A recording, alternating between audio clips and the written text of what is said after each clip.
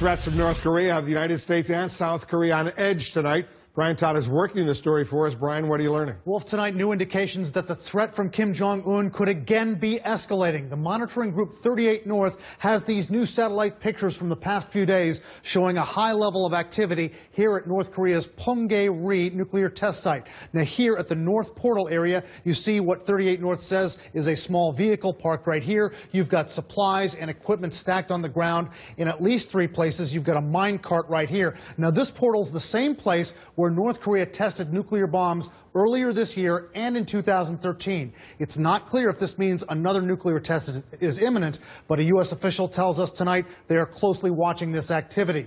This comes as the North Koreans threaten a military strike against U.S. forces that will operate a missile defense battery in South Korea.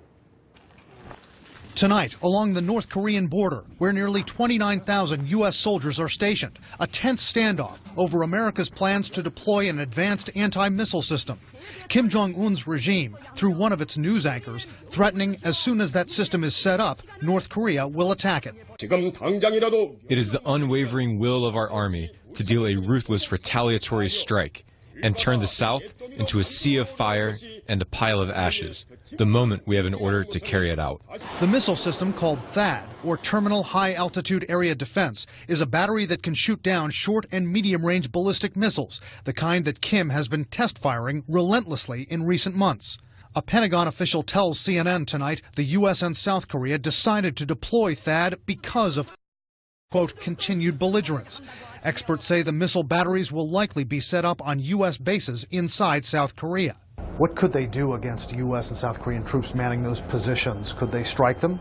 Would they be vulnerable? They could use artillery pieces. They now have longer range multiple rocket launchers, which the THAAD is not designed to defend against. Also, U.S. Strategic Command says it has detected a submarine-based ballistic missile launch by the North Koreans.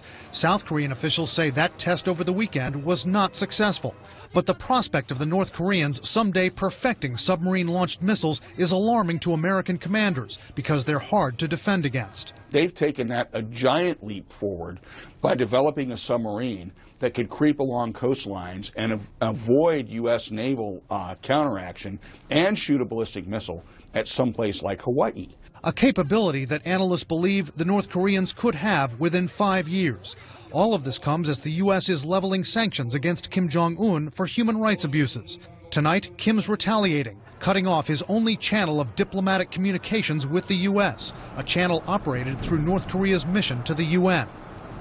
Now, that could be very bad news for 2 Americans being detained in North Korea, Kim Dong-chul and college student Otto Warmbier. In cutting off its diplomatic channel, North Korea says it's treating the handling of these 2 prisoners under its wartime law. Analysts say this could mean the 2 Americans who were sentenced to hard labor might be held for several months longer than expected. Wolf? Brian Todd, thanks for that report. And